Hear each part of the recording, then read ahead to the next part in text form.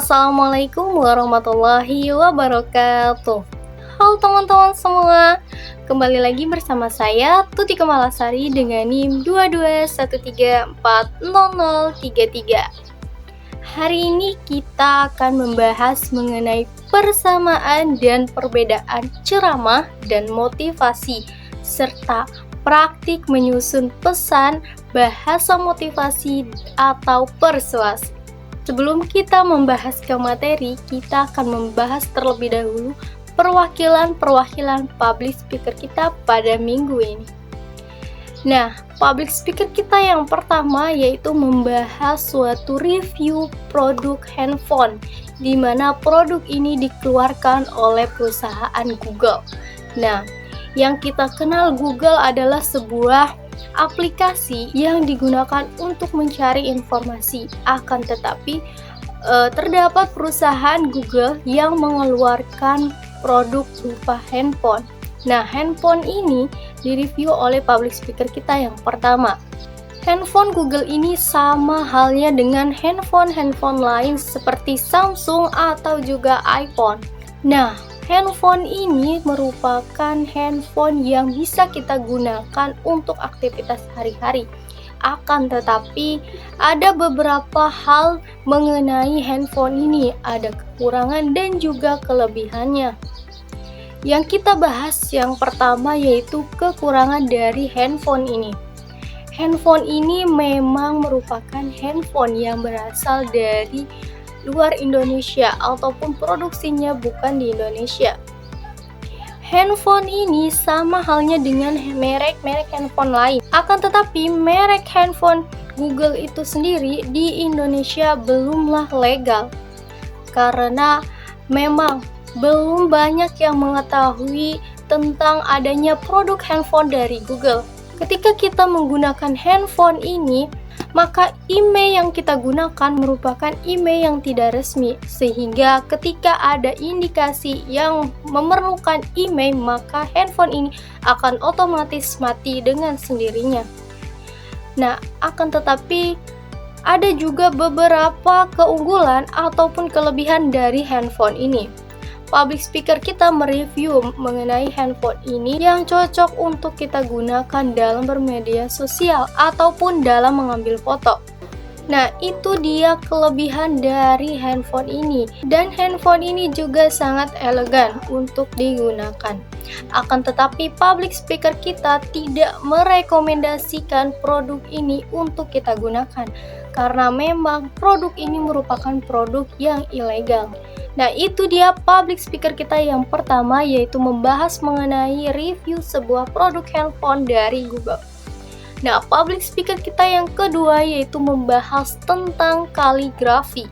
Nah, kaligrafi merupakan sebuah seni lukisan yang menggambarkan sebuah tulisan Al-Quran yang sangat indah. Kaligrafi berasal dari bahasa Inggris yaitu calligraph. Dari bahasa Yunani, kalig yang artinya indah dan graph yang artinya tulisan, dan digabungkan menjadi tulisan yang indah. Kaligrafi ini merupakan sebuah ilmu ukur spiritual yang diekspresikan dengan peralatan material. Nah, teman-teman, public speaker kita juga membahas mengenai peralatan dan perlengkapan yang digunakan untuk membuat kaligrafi. Yang pertama yaitu ada alat lukisnya ataupun alat yang kita goreskan untuk membuat kaligrafi. Kaligrafi ini juga bisa kita sebut dengan seni hot, di mana kita menggambarkan atau melukiskan kaligrafi. Nah, alat yang pertama yaitu ada khadam. Nah, khadam ini merupakan bambu kecil yang diruncingkan ujungnya. Nah, yang kedua yaitu ada kalam. Sama seperti khadam, kalam ini juga diruncingkan ujungnya untuk dapat melukiskan kaligrafi.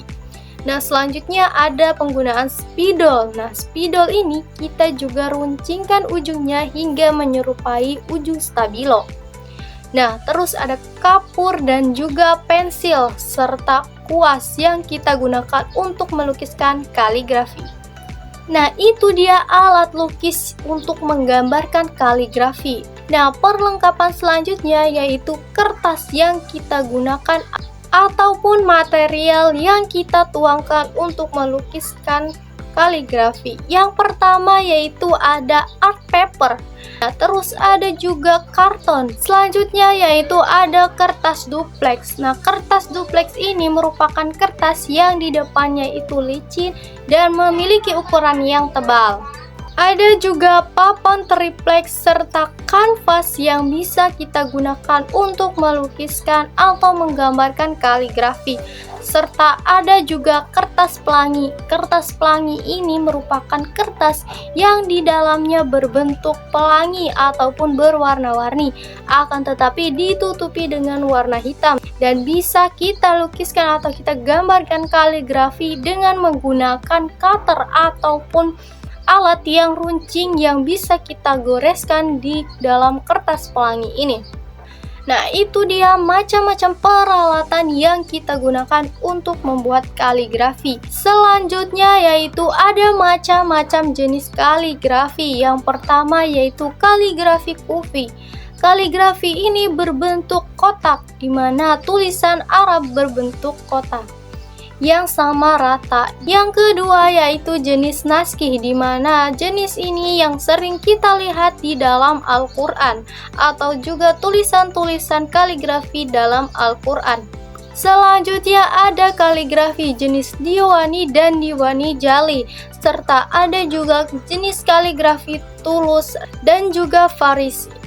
Itu dia jenis-jenis kaligrafi.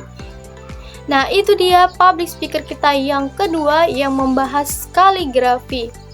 Nah, selanjutnya public speaker kita yang ketiga membahas mengenai membaca buku dan membeli buku yang orisinil. Nah, untuk teman-teman, public speaker kita membahas mengenai membaca buku. Nah, ketika kita ingin mendapatkan ilmu tambahan ataupun insight yang baru, maka kita perlu membaca buku karena banyak manfaat dari membaca buku ini. Akan tetapi kita juga perlu memperhatikan di mana kita membeli buku yang orisinil ataupun buku yang asli, karena kita dapat membantu penulisnya untuk mendapatkan penghasilan dari buku yang dia tulis. Banyak dari kita yang masih membeli buku bajakan karena harga buku yang asli itu sangatlah mahal. Buku yang asli ini mahal dikarenakan banyak beberapa hal yang menyebabkan hal tersebut. Nah, ada beberapa hal yang menyebabkan buku ini mahal. Yang pertama yaitu kertasnya. Penggunaan kertas di Indonesia sendiri merupakan import dari luar negeri. Meskipun di Indonesia ditumbuhi banyak pohon yang merupakan material atau bahan dari pembuatan kertas, akan tetapi Indonesia tidak mengelolanya, sehingga kita harus membeli kertasnya dari luar negeri. Nah, selanjutnya ada juga pajak yang dikenakan dari pembelian buku ini, sehingga banyak dari kita tidak ataupun enggan membeli buku. Harusnya pemerintah Indonesia bisa menghapuskan pajak buku ini, sehingga kita bisa membeli buku dan membaca buku. Karena angka literasi di Indonesia itu sangatlah rendah, karena beberapa hal yang menyebabkan hal tersebut, salah satunya pajak yang dikenakan dari pembelian buku ini. Nah, itu dia pembahasan dari public speaker kita yang ketiga. Selanjutnya kita akan membahas materi mengenai persamaan dan perbedaan ceramah dan motivasi serta praktik menyusun pesan, bahasa motivasi atau persuasi. Yang pertama yaitu pengertian dari ceramah dan juga motivasi. Ceramah merupakan suatu penyampaian informasi ataupun gagasan secara lisan kepada audiens ataupun para pendengarnya. Ada beberapa komponen yang terkait dengan ceramah. Yang pertama adanya dai atau penceramah. Penceramah ini bisa dilakukan oleh seorang dai ataupun seseorang yang memiliki ilmu pengetahuan tentang apa yang akan dia sampaikan. Yang kedua yaitu adanya mad'u ataupun audiens yang mendengarkan ceramah dari dai. Yang ketiga adanya pesan yang akan disampaikan oleh dai kepada para mad'unya. Dan yang terakhir adalah media, sehingga penyampaian pesan atau ceramah ini bisa disebarluaskan. Nah, ceramah ini juga merupakan metode yang digunakan untuk memberikan informasi dan petunjuk kepada para audiens dengan membawakannya secara berwibawa. Yang kedua yaitu pengertian motivasi. Nah, motivasi merupakan sebuah kekuatan ataupun energi yang mendorong kita untuk melakukan sesuatu atau bertindak. Seseorang yang memberikan motivasi disebut sebagai motivator yang memberikan dorongan ataupun kekuatan untuk para audiensnya bangkit dan berbuat sesuatu. Nah, ada persamaan dan juga perbedaan dari ceramah dan motivasi ini. Yang pertama yaitu persamaan dari ceramah dan motivasi. Keduanya sama-sama memiliki tujuan yang positif untuk mempengaruhi audiens. Baik ceramah ataupun motivasi dilakukan untuk mempengaruhi audiensnya. Yang kedua yaitu membangkitkan emosi positif. Dari ceramah dan juga motivasi ini dapat kita bangkitkan emosi positif para audiensnya sehingga dapat melakukan ataupun bertindak dengan baik. Selanjutnya yaitu menggunakan contoh ataupun cerita dalam menyampaikannya. Baik itu ceramah ataupun motivasi diberikan dengan memberikan contoh atau juga dengan cerita. Persamaan yang terakhir yaitu sama-sama menyampaikan pesan yang positif. Baik itu ceramah ataupun motivasi memberikan sebuah insight atau pengetahuan yang dapat menginspirasi kita dengan secara positif ataupun penyampaian pesan yang baik. Nah, selanjutnya itu ada perbedaan ceramah dan juga motivasi. Nah, ceramah biasanya dibawakan dengan memberikan informasi ataupun pengetahuan yang baru kepada para audiens dan dibawakan dengan cara berwibawa sehingga audiens dapat menghormati penceramah. Dan perbedaannya dari motivasi ini ada pada fokusnya.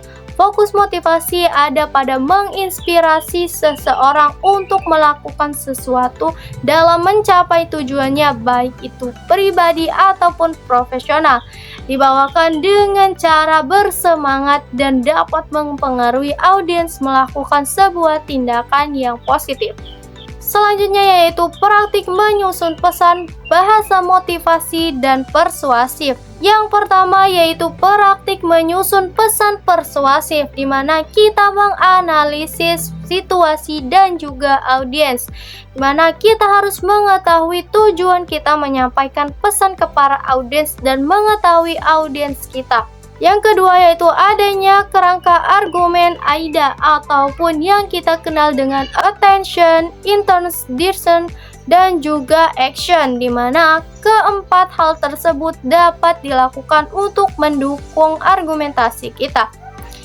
Selanjutnya yang ketiga yaitu adanya pemanfaatan daya pikat logis dan emosional, di mana dengan adanya daya pikat logis ini dapat memberikan bukti-bukti ataupun fakta yang dapat memperkuat ataupun mendukung argumentasi pembicara. Selanjutnya dengan adanya daya pikat emosional, hubungan antara audiens dan juga pembicara dapat terjalin dengan baik dengan menggunakan cerita ataupun visual yang baik. Selanjutnya ada menyusun pesan persuasif. Yang pertama yaitu adanya fear of fear ataupun rayuan rasa takut, di mana dengan menunjukkan konsekuensi jika audiens tidak melakukan sebuah tindakan. Yang kedua yaitu adanya emotional appeal ataupun rayuan emosional dengan memberikan kebahagiaan, kesedihan ataupun kemarahan yang dapat membangkitkan emosi para audiens.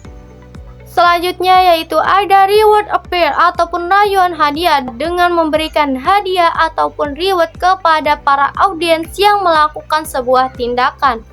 Nah, selanjutnya yaitu ada motivation motivation appeal ataupun rayuan motivasi dengan menginspirasi para audiens untuk melakukan sebuah tindakan yang bertujuan untuk membangkitkan semangat para audiens. Selanjutnya yaitu ada humor appeal ataupun rayuan humor dengan memberikan sebuah keceriaan ataupun juga kebahagiaan. Dengan memberikan sebuah keceriaan, maka pesan yang disampaikan ke para audiens dapat menarik audiens dan dapat diperhatikan dengan baik.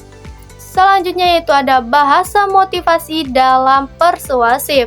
Yang pertama yaitu adanya motivasi dan elaborasi pesan, di mana audiens yang termotivasi dapat memperhatikan dan memproses pesan secara mendalam. Selanjutnya ada teori motivasi belajar, baik itu dari teori Maslow ataupun teori-teori lainnya yang dapat mendukung motivasi ini.